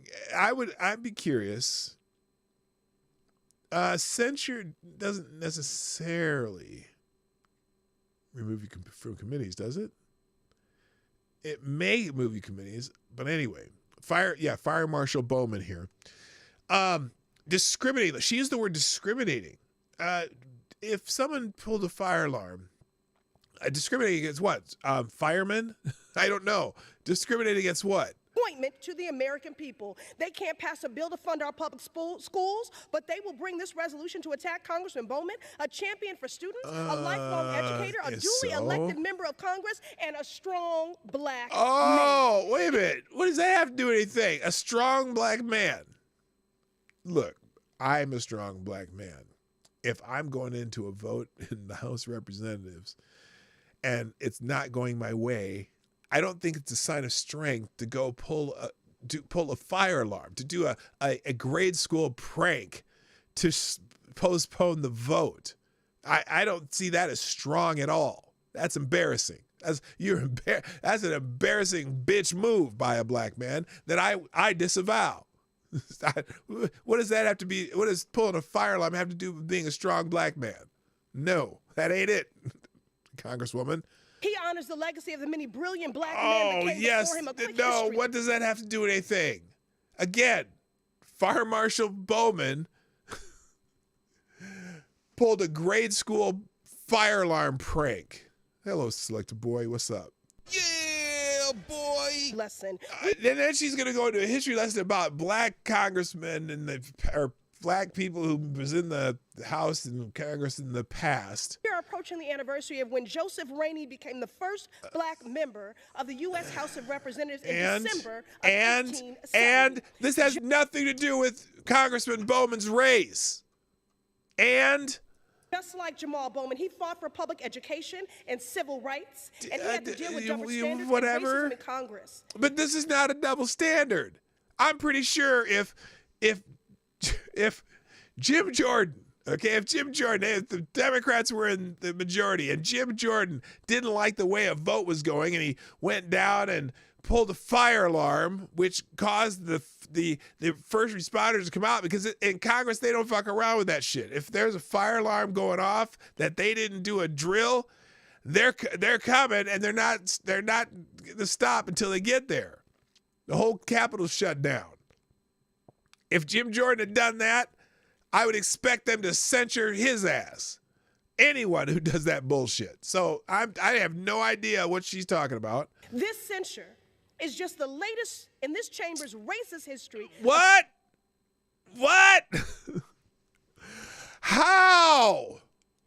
How is it another whatever in the racist history? And then I'm going to go back just a tiny bit so you listen to this sentence. It's just the latest in this chamber's racist history of telling black men that they don't belong in Congress. Okay. Can I get an example? Because isn't Byron Reynolds a black man in Congress? Was Tim Scott a black man in Congress? Do you think they don't think Byron Reynolds should be in Congress? Do you think they think Tim Scott shouldn't be in the Senate? Is that what they're saying here? Or maybe, just maybe, they're saying with this resolution, hey, dumbass, man up and don't pull the damn fire alarm, you moron. That's what they're saying with this censure resolution, because they ain't calling to censure Byron Reynolds, or is that his name? Not Byron Reynolds. Byron Donald. To the black men of this nation, know that you belong everywhere. You're talking out your ass now. Gentlelady's time has expired. Another 30 seconds. Gentlelady's recognized for an additional 30 seconds. Him, and I urge my colleagues to vote no on this resolution. Okay, so here's what's happening. Election season's coming up. And we need some incidents. we need some incidents. Yes, I'm black, y'all, and I'm black, y'all, and I'm bliggity black, y'all. We need some incidents to get some people riled up to get out to vote. Okay, we got the taser incident. If you're a conspiracy theorist, you'd think maybe they just dreamed that up because they need their 2024 version of George Floyd.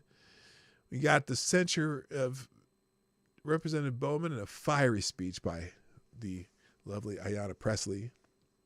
Okay. I'm thinking they just need some incidents to get people fired up, and maybe that's it.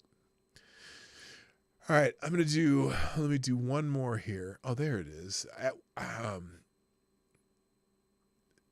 Let's move this over to where was that? All right. Van Jones was trending. Oh, Vivek Ramaswamy was trending, and then the Van Jones, because remember Van Jones had some criticism of Vivek for talking about the Great Replacement Theory.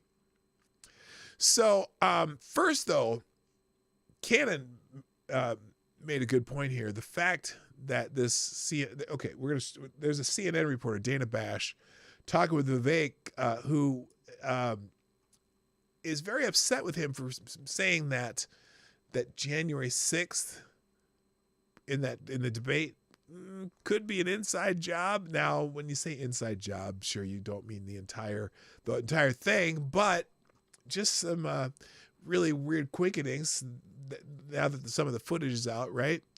So he put out this that said, if you had told me nearly 3 years ago when I was just CEO that January 6th was an inside job, I would have said that's crazy talk. It's not. It is now clear evidence that there was, at the very least, entrapment of peaceful protesters, similar to the fake Gretchen Whitmer kidnapping plot.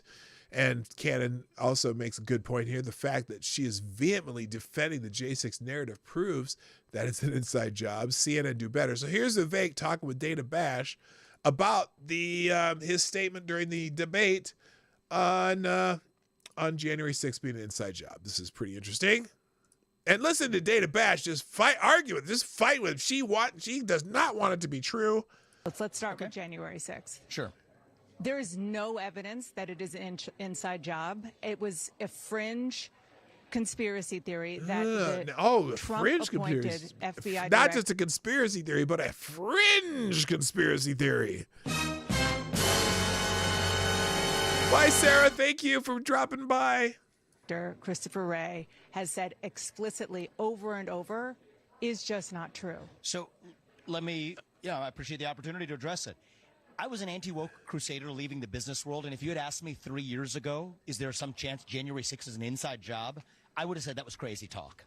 I would say, looking at the facts of the video footage that have come out, Dana, it is shocking that you still haven't gotten a clear answer of how many federal agents were in the field that day. Because Christopher Wray won't say so. Of actually throwing explosives and rubber bullets into what was a peaceful crowd, then releasing to the public what came in response to that. But now look at the video footage that was released, and I'm glad we're talking about it because viewers deserve to look at that footage. Capitol Police literally letting people in who were then now prosecuted, some of whom have gone on to commit suicide because of what the government's doing.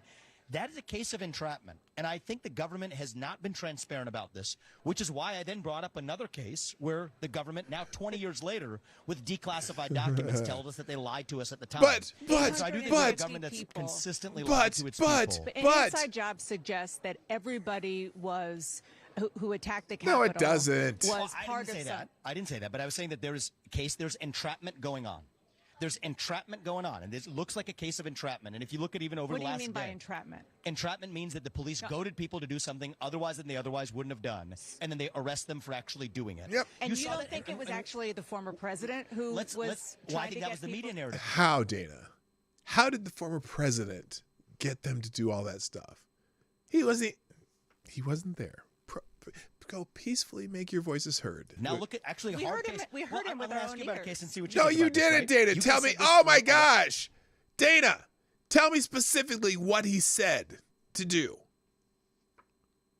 That's a narrative. That has nothing to do with the facts, and they know they're lying. Long time about the Gretchen Whitmer kidnapping plot. Suddenly gone silent after it comes out at trial that absolutely that was a case of entrapment, which is why 2 of those people were acquitted.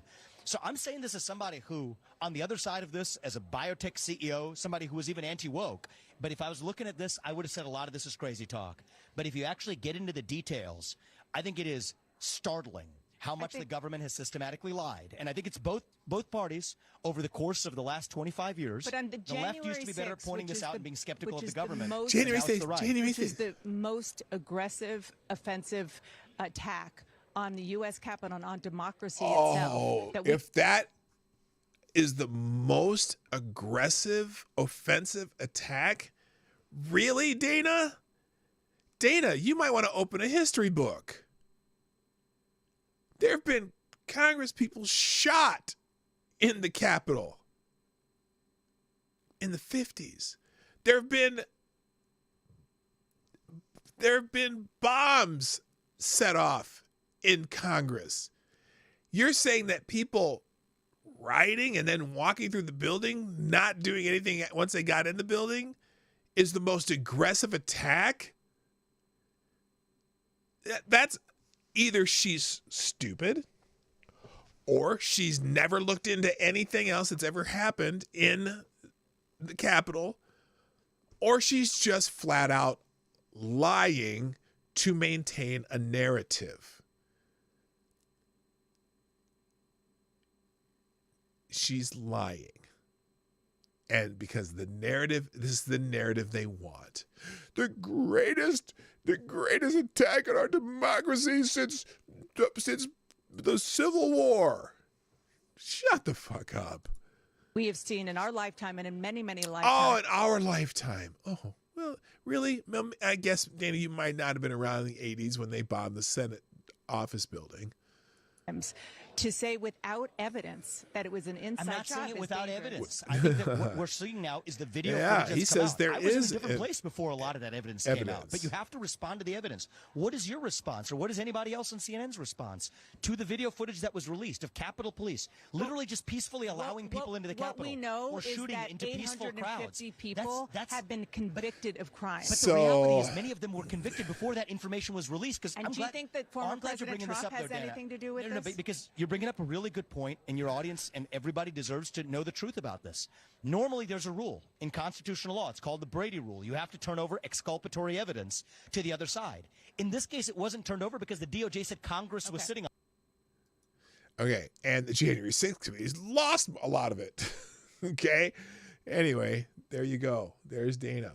All right, I have a lot more other videos, and there's a couple articles and stuff, but we're not going to go to them. I'm not going to do them because it's Friday, and it's Q&A day. So I'm going to go into the Q&A. If you haven't asked a question, or if you have a question for the day, we're going to do that instead. But, okay, one more, though, because Van Jones. Remember, I said Van Jones was very upset with Vivek. Also, the other conspiracy theory that Vivek brought up that Van Jones is very upset about was the replacement, something great replacement theory, or whatever that replacement theory is, right? Replacement theory. And so Vivek, who is very adept at bringing up his points, tweeted this. Yesterday, Van Jones called me a demagogue for discussing the great replacement theory. Well, here are Van's words in 2021. The request from racial justice left. We want the white majority to go from being a majority to being a minority and like it. That's a tough request, and change is hard. Here's out of Van Jones' own mouth. This sounds like asking the white majority to do something is difficult. And I think it'd be easier if we just acknowledge that it's difficult. No ethnic majority group in 10,000 years of human history that I could find ever went from being a majority to being a minority and liked it. And that's basically the request from the racial justice left, is that we want the white majority to go from being a majority to being a minority and like it. That's a tough request. Wow, Van. That sounds like now, me personally, change that is good is hard. Asking the white majority to do that's something is hilarious that he finds a clip of basically Van Jones kind of saying that, isn't he? Okay, so that's interesting. All right, enough of that. We're going to question Q&A, but not before I thank Jimmy Das Hotep dropping a big bullet in the tip jar, and it is Funky Friday, so Jimmy Das Hotep says, where were the armed Bible-clutching, MAGA hat-wearing insurrectionists? What group hell-bent on overthrowing the government doesn't take the dreaded AR-15? Every single one of those motherfuckers will probably have 5 that they just conveniently forgot. Yeah, where were the guns? If it was an insurrection, if they were really trying to take over the government, if they were trying to overthrow the United States of America, why were they doing with cell phone selfie cameras and selfie sticks and whatever the hell they carried? They weren't carrying anything else. They came in and took pictures. The great selfie insurrection. There you go. All right. Let's get into the Q&A. Let's see. Do we have Q&A questions today? Let's see here real quick. Oh my goodness. AD's been busy again. Okay, let's get into the Q&A. Sarah, though, has the first question of the day, and that is, how do you like being a grandpa? Oh, I'm sorry I didn't get to this before you left, Sarah.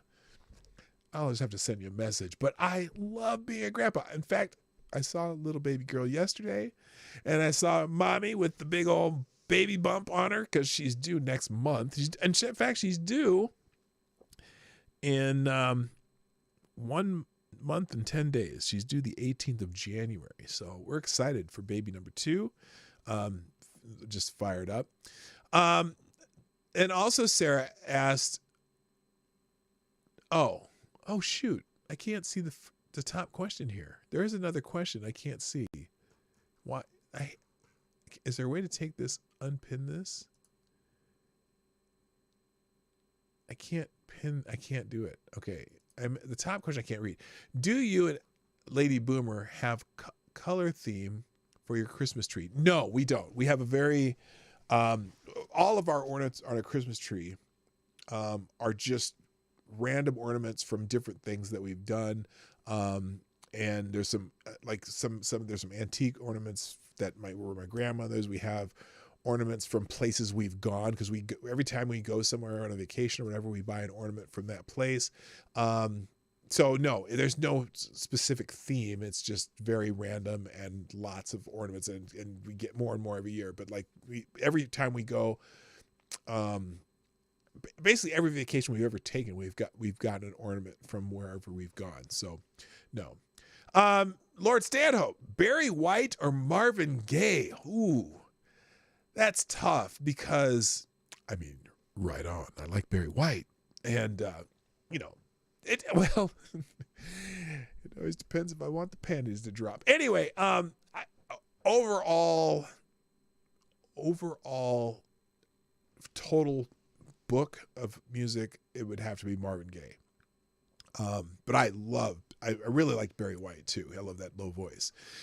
Avocados Diabli, cooking a baby with baby powder, medium rare or well done. Oh, stop. I don't like that joke.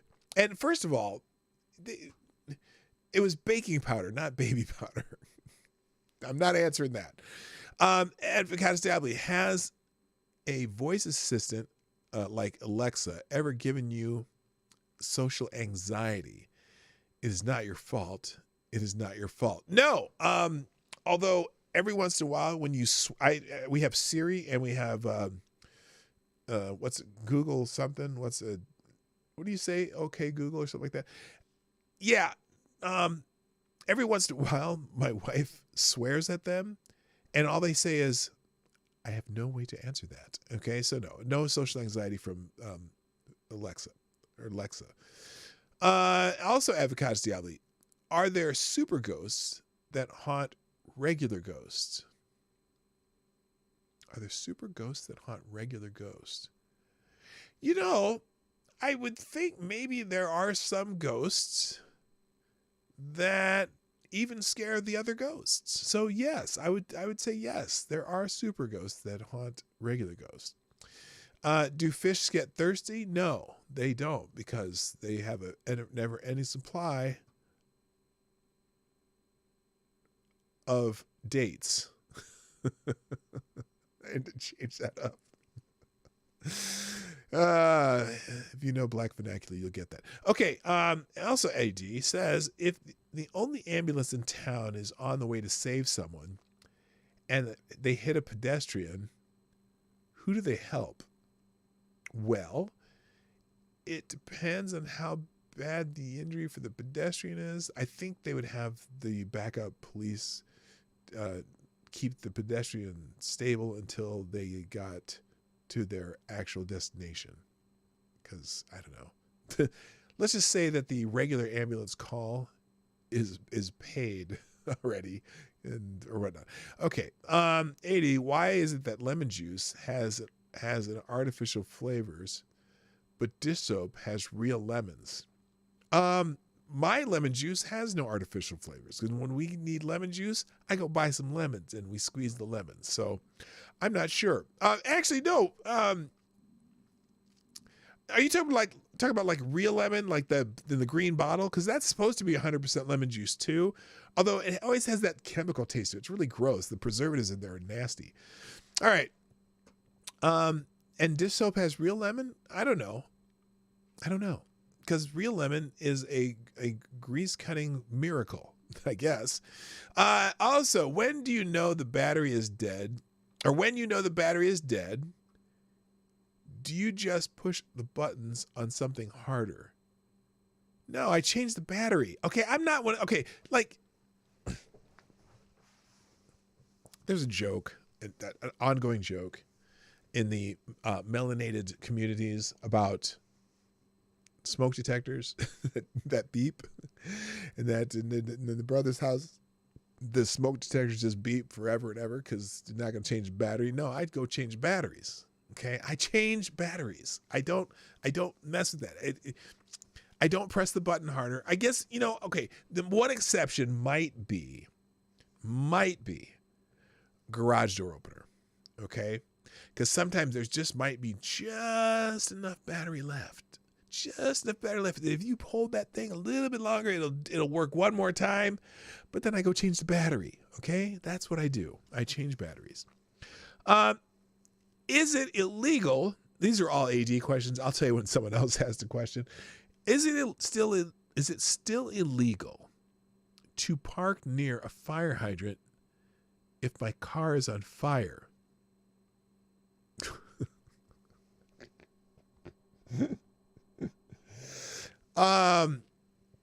Well, you might be cited. And, well, did the car catch on fire before or after you parked it there? I guess that would be the question, because you'd have to tell the police if your car catches on fire next to a fire hydrant, and then they call the fire department, and the fire department comes out and decides that they're going to put the fire out in your car. When they ask you, was your car already here or not? You say, no, I was driving and it caught on fire, and this is the only safe place I had to stop. Otherwise, you will get a ticket for parking in front of a fire hydrant. So there's some sage advice from a grandfatherly dude like me. As grandfatherly as I seem, even though, All right, next question. Do you think I could breed and train woodpeckers to be capable of robbing bank vaults? Well, I'm a little concerned if you're trying to breed woodpeckers there, AD. That's a little weird. Anyway, so no, I don't think you could. Avocados Diablo, at a movie theater, which armrest is really yours? It depends on who I'm with at the movie with. I just say the one that has the drink holder. the armrest with the drink holder is yours. Like if it's the armrest where your drink is in a drink holder is yours.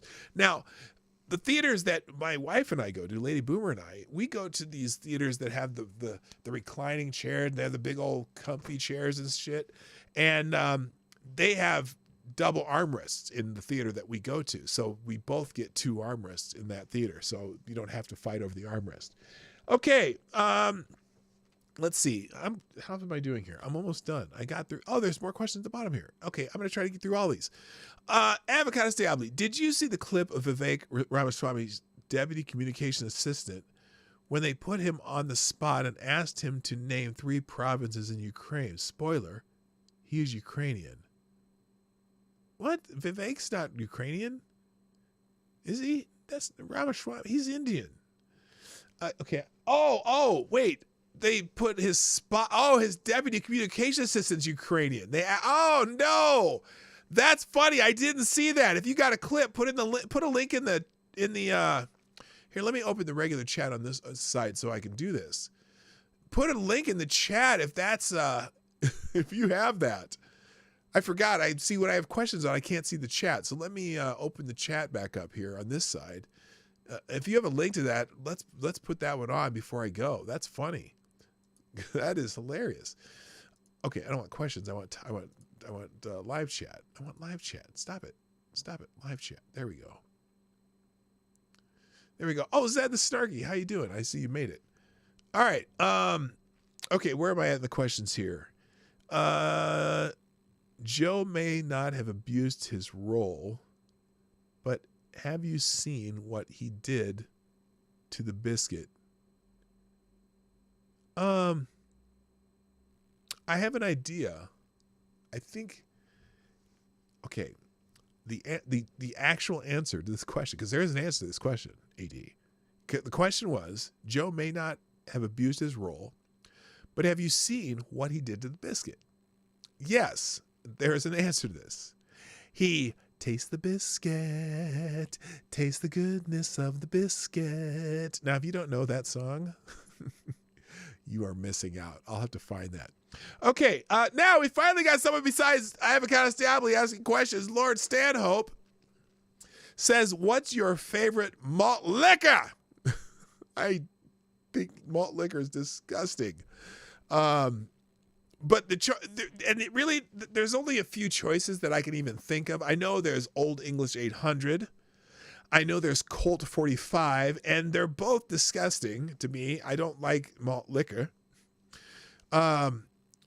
But I would say, because the great Billy D. Williams did commercials for Old English 800, I'll have to go with Old English 800.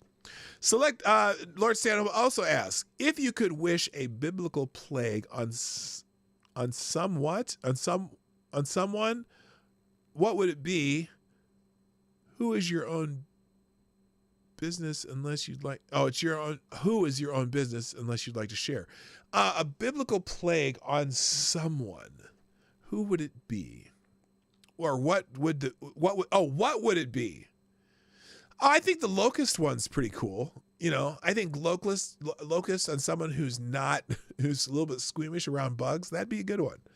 All right, Selected Boy, how many times do you think the mainstream media brings up our democracy on a weekly basis? Holy shit, at least. Okay, because between ABC, NBC, CBS, MSNBC, CNN, CNBC, PBS, C-SPAN, even Fox News, and all these, every fucking 24-hour-a-day news outlets, plus all your local channels, I would say at least 1,000 times a day in some capacity, and including newspapers and all that, because you said mainstream media. That's all mainstream media. at least 1,000 times a day. So that would say 365,000 times a year. It's just crazy. Oh, on a weekly basis, divide that by 52, whatever that would be. GDSOB, when will you discover the truth? Griner has a peen and is really a dude. Well, GDSOB, I am choosing to never find that out because I do not want to verify it. So, but I know from the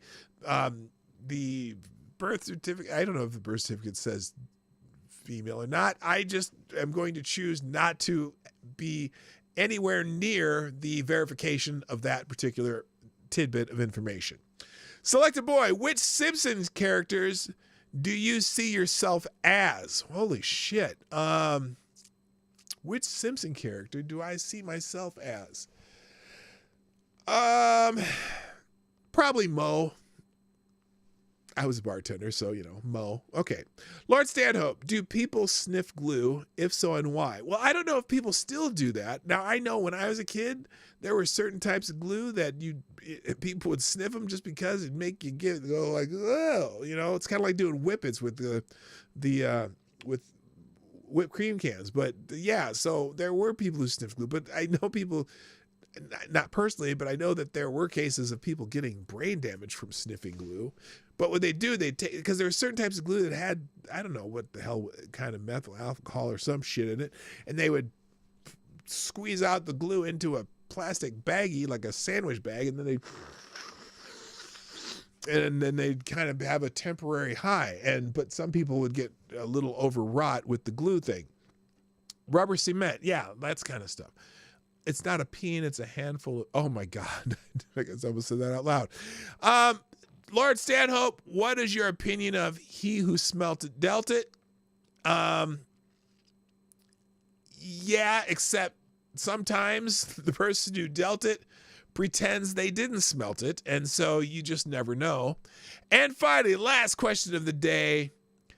If you could Rochambeau any figure from history, who would it be? I'm not 100% sure what that means. I know that I can't remember which type of tortured / ending that is. So let's look that up just so I can remember, because it depends on which this is. Rochambeau, George Washington. Okay, Jean-Baptiste Rochambeau. Was it hanging, or was it that was off with the head? I don't remember. He was hung, right? Is that correct? I don't remember.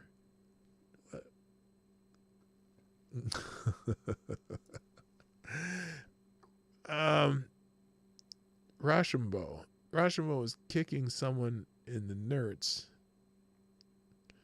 I don't know. Anyone in history? Oh, is that what that is? Oh, yes, I am thinking of Robespierre. Okay, no, Rochambeau, does that mean kicking someone in the nuts? Is that what it is? Who did I kick in the nuts? Probably Paul Rubens. I don't know, because just for the entertainment part of it. Ow! I can't believe you kicked me in my balls. Paul Rubens is Pee Wee Herman, but he's dead. And finally, a late entry in the questions. Is this the last question? The answer is yes. That is the last question. Thank you, everyone, for participating in Friday Q&A. Thank you for joining me on the show. I don't know. Lady Boomer in Vegas, who knows if I may stream over the weekend. I doubt it, but I might. So keep your notifications open. Also, if you haven't already noticed, I have finally found a way to link my Teespring store to this channel, and I have the new shirt out. It's the global warming ever since the Ice Age shirt. It's the first prototype, and if you're interested, I'll have it up for a limited amount of time. That's another way to sponsor the channel. I am looking for a better artwork for it, but I think this one I might get the cup myself. Do you? Oh, I'm sorry. There is one question over on Rumble. Do you like eggnog? I do like eggnog. My daughter makes a really good homemade eggnog, and we throw either a little Captain Morgan's or some brandy in it, but preferably Captain Morgan's. But she doesn't drink, so she doesn't do that, but I do. And it is really good. Store-bought eggnog, I think, is too thick, although I do drink that occasionally too.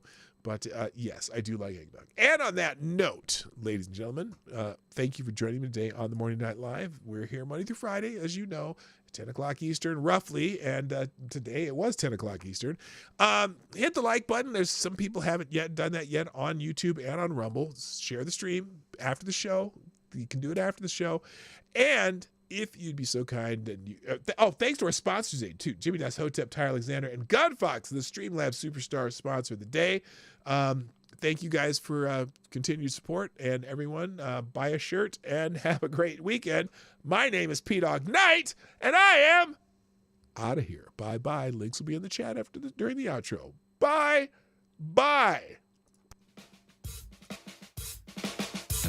Hey, this is P-Dog Knight, and thank you for watching today on the P-Dog Knight channel. If you have an observation or remark you'd like to make about this video or my channel, I absolutely welcome you to write it in the comment section down below. I really look forward to hearing from you. And before you go, if you like what you saw but you're not already subscribed, please make sure you hit the subscribe button and definitely click that bell that pops up afterwards so you'll be notified when I post new videos or when we go live. I broadcast my live show, The Morning Night Live, Monday through Friday at 10 o'clock Eastern, 9 o'clock Central. A special thank you to all the supporters of this channel who share our videos on social media and who make donations through Streamlabs, YouTube, Venmo, and Cash App, which are all linked in the description down below. Thanks again, and until next time, I'm P-Dog Knight, and I'm out of here.